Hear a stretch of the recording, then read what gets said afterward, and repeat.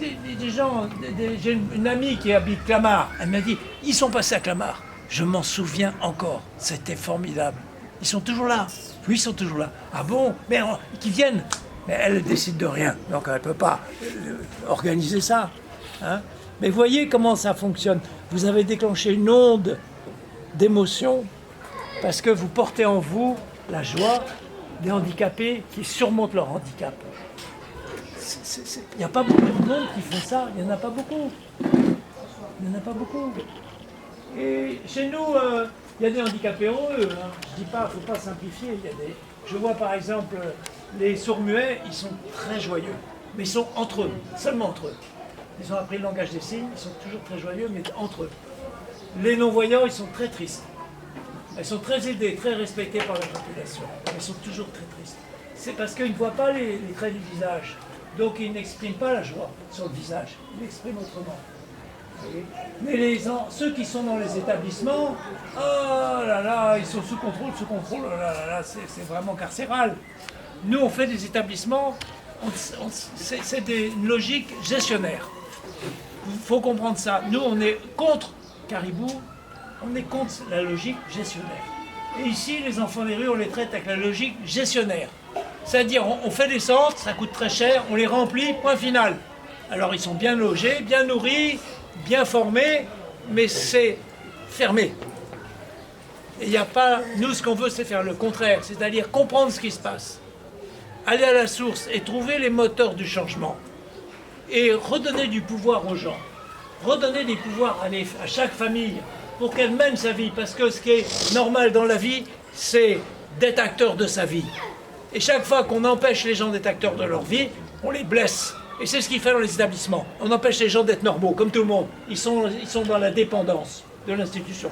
Les institutions, comme les circulaires, elles mettent les gens dans la dépendance. C'est pas bon. Hein? Nous, on a vu que toutes nos mamans, elles aiment leurs enfants. Mais sur la méthode, il y a des corrections à faire. Il y a des trucs qui ne vont pas. Hein? Donc, il faut accompagner ces mamans ou ces papas pour qu'ils soient des bien-traitants. On leur apprend à être bien-traitants de leurs enfants. Et ça marche. On a des changements de comportement. Et ça bouge, ça bouge, ça bouge. Vous voyez, donc, c'est la bien-traitance, la bienveillance. C'est un moteur. Il faut être dans le moteur de la bienveillance. Hein? Il ne faut pas être dans le contrôle. Les êtres humains ne peuvent pas vivre dans le contrôle. C'est les dictatures qui mettent les gens dans le contrôle. Et on a la tentation d'être dans une dictature tout le temps. Quand on ne sait pas faire, on contrôle. Ah. Et ça ne marche pas. L'être humain ne peut pas être contrôlé. Il faut lui redonner le pouvoir de sa vie. Et c'est ça que vous montrez, vous, les handicapés. Vous avez montré que vous avez du pouvoir dans votre vie. Que votre handicap ne vous a pas arrêté. Hein? C'est ça le message fort. Et c'est un message mondial. Parce qu'au Japon, vous avez fait 25 spectacles. Hein? Partout, on a aimé votre message. N'oubliez pas qu'on a aimé votre musique plus le message. C'est deux choses qu'on a aimé. C'est pas seulement la musique. Parce que, je vous l'ai dit, quand il y a de la bonne musique, mais il n'y a que la bonne musique, ça décolle pas. C'est confidentiel. Et s'il y a un message avec, s'il y a de la communication, s'il y a le marketing, ça marche. Moi, c'est ça que j'ai appris. Je vous transmets ce que j'apprends, je ne peux pas faire autre chose. Je ne suis pas un magicien. Hein. Si j'apprends les choses, je réfléchis, je dis comment on peut comprendre ce monde-là. Ce monde-là, il n'est pas... Mais, donc moi, je suis un peu extérieur, donc j'ai les regards critiques en même temps. Hein, parce que j'ai dit, il y a quelque chose qui ne tombe pas rond. Quelque chose qui tombe pas rond. C'est comme mon passage de frontière, l'avion était archi plein. Ils font des circulaires pour brimer les gens, pour les empêcher de sortir, et l'avion est plein. Ils cherchaient l'erreur. Vous voyez, c'est incompréhensible. Il n'y a pas de sens. Et les gens sont malheureux parce qu'ils ont perdu le sens de leur vie. Et les fonctionnaires sont malheureux parce qu'ils ont perdu le sens de leur vie. Ils sont coupés du résultat, du terrain. Ils ne savent pas comment ça se passe. Le mec qui a fait la circulaire qui interdit de sortir du pays, il ne sait même pas que les avions sont pleins. Je suis sûr qu'il ne le sait même pas. Où est la protection du Covid?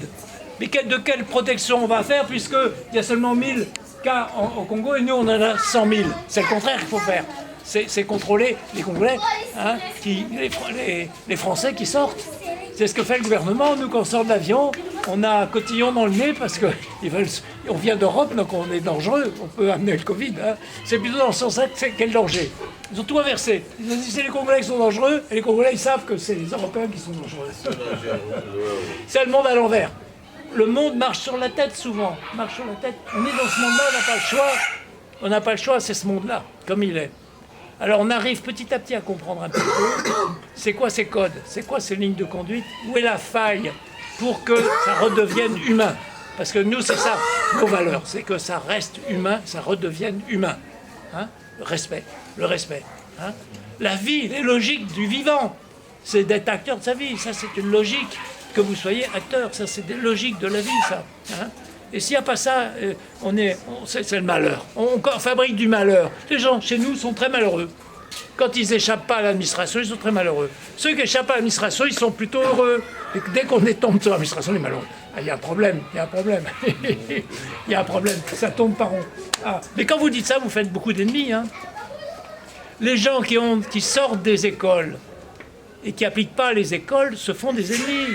Si les gens sont formatés... Ouais, je vous ai parlé de ce général allemand. Hein. Il avait beaucoup d'ennemis. Il avait énormément de jaloux. Il réussissait. Ah ben, des jaloux. Si vous réussissez, vous avez des jaloux qui cèdent. Vraiment, ils ne vous aiment pas. C'est comme ça, l'être humain.